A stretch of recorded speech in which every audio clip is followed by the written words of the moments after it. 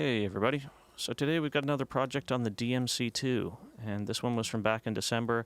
Wanted to make a Christmas gift for a friend, and a couple of coins seemed like a good thing to engrave. So this was the first real in-depth project I did with the DMC2, and there's a few twists and turns. But the first part of this is just me making my fixture plate, which is basically just a cutout to fit the coin, and I do end up modifying this.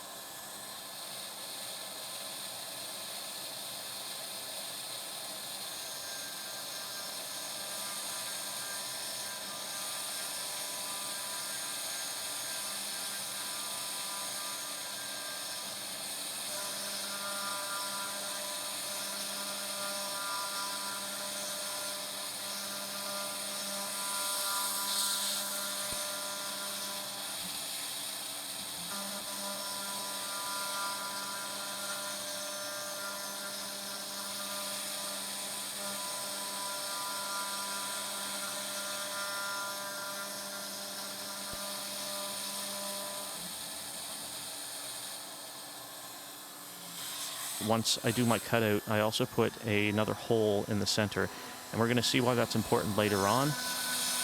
But it's basically just for locating, so I can use this jig again anytime I want, but it would also be if you had a failed cut and you needed to rehome the machine and then realign it. You could do that anytime you wanted, having that in there.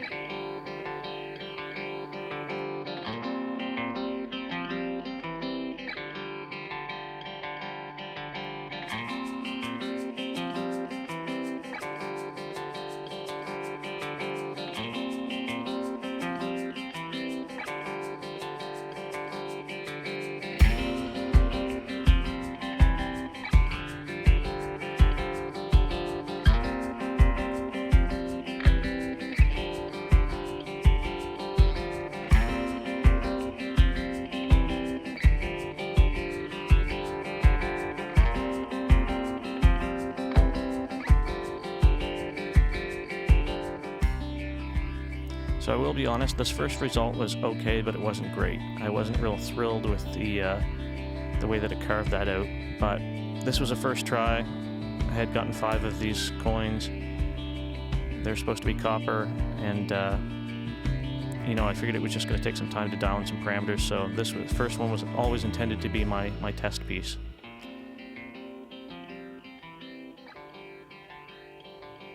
And to do all this cutting, I'm using a 90-degree V, I guess they would call it a drill.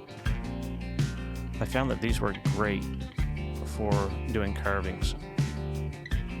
I've used them a lot on the CNC router and stuff, and I found that they work great on the DMC2 as well. So it was in here doing these processes, clearing the surface, the parallel process, that I started to realize that there's something wrong going on here, because obviously these coins are only copper plated.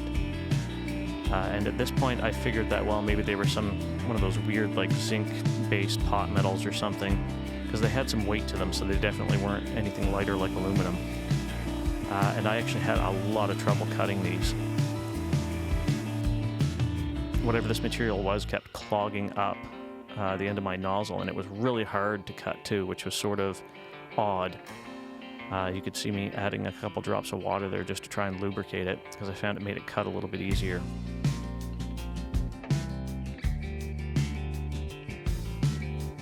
And right in here somewhere, I actually ended up breaking the tip on this bit because it had loaded up and I didn't realize it.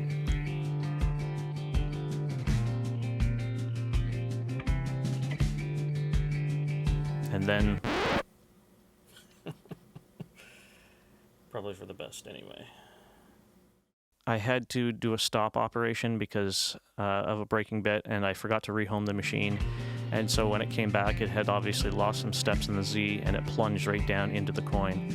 And we see here, finishing this off, it looks like absolute garbage. So it was at that point I decided to regroup. And I looked through the listing, and that coin that I had gotten, those coins were actually, turns out they were iron. I didn't see that in the listing before. It was buried way down in the specs. So anyway, I ended up picking up some 32 millimeter pure copper, and getting some different V-bits, just some standard 2-flute V-bits with a 0.1 millimeter tip, and that went a lot better.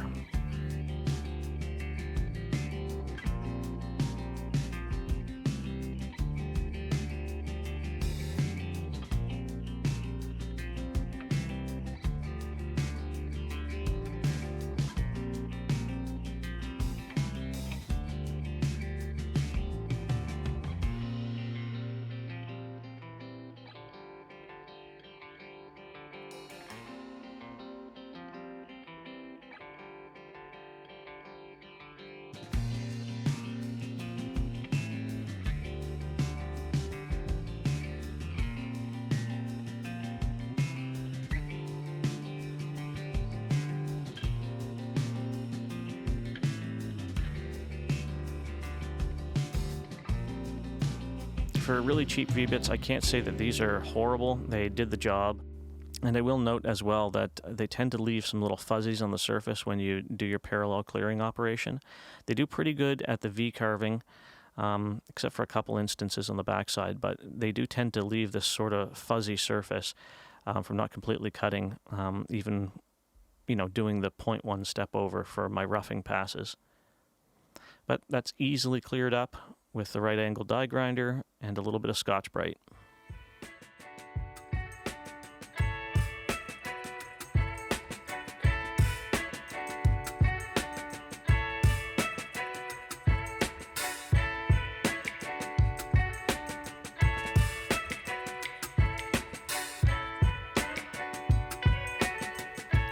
So overall, I think this is a pretty decent result.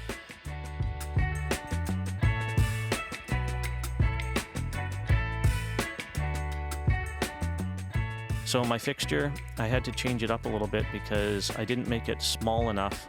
So when I tried to cut the backside of this coin, it actually wanted to rotate on me. So I just made up a quick little fixture plate. I had an eccentric nut that a M5 bolt would fit through, so I just snugged it up. And then you torque the nut and it clamps the coin in there, the coin blank in there securely.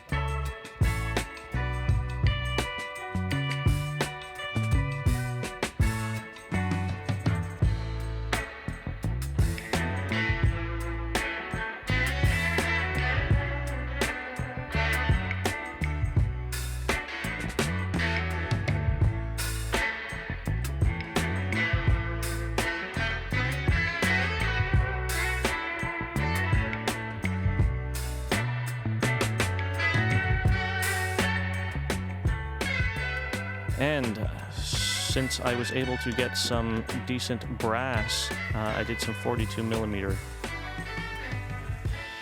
And here I messed up. When I created my CAD for my pocket, I had changed the length of the one side, and it didn't match where the center of the coin model was. So it was good that I had put this center hole in there, because now I can use my probe to perfectly align it to the center of that 42 millimeter brass coin.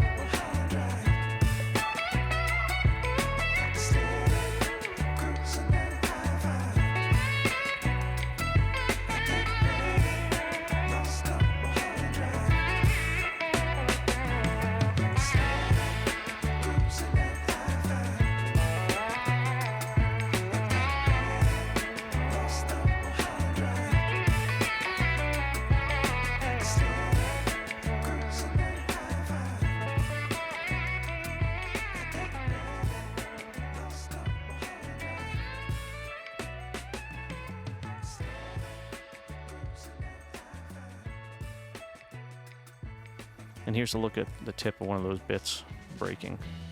After you use them a couple times, they tend to break.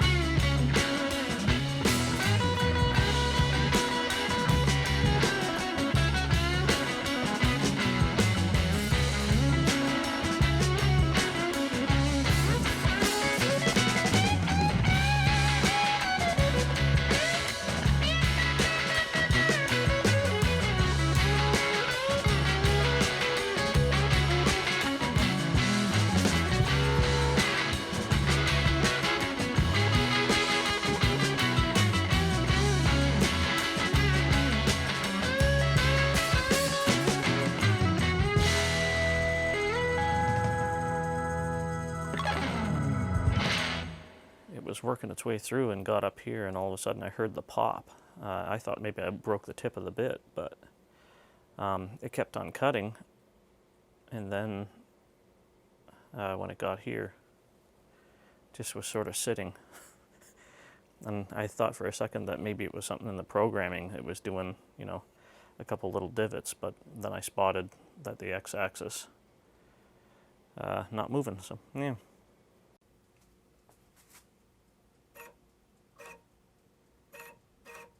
Don't know if you can see, but right there, the head of that cap screw sheared off. It's gone. The other one is there, but that one is missing. So, now I gotta try to get that out of there. But luckily, because everything was zeroed up, I can just rehome the machine and run that program again. Luckily it didn't mess anything up, so see if I can get that fixed, and then onward we go.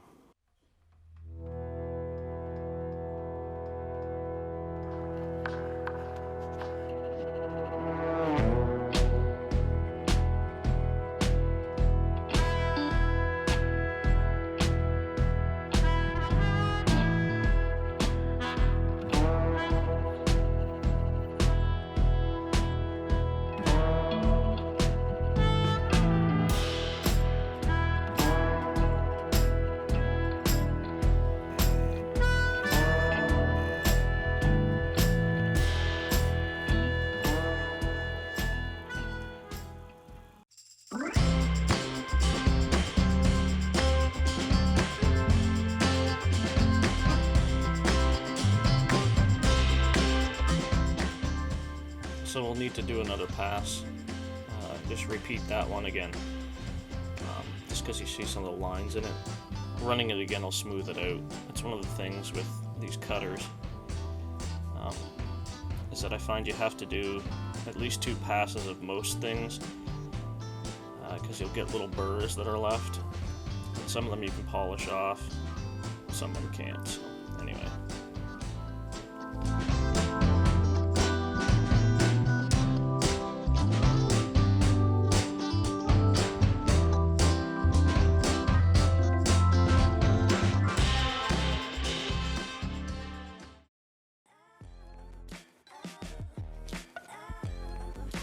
And that was it for this one.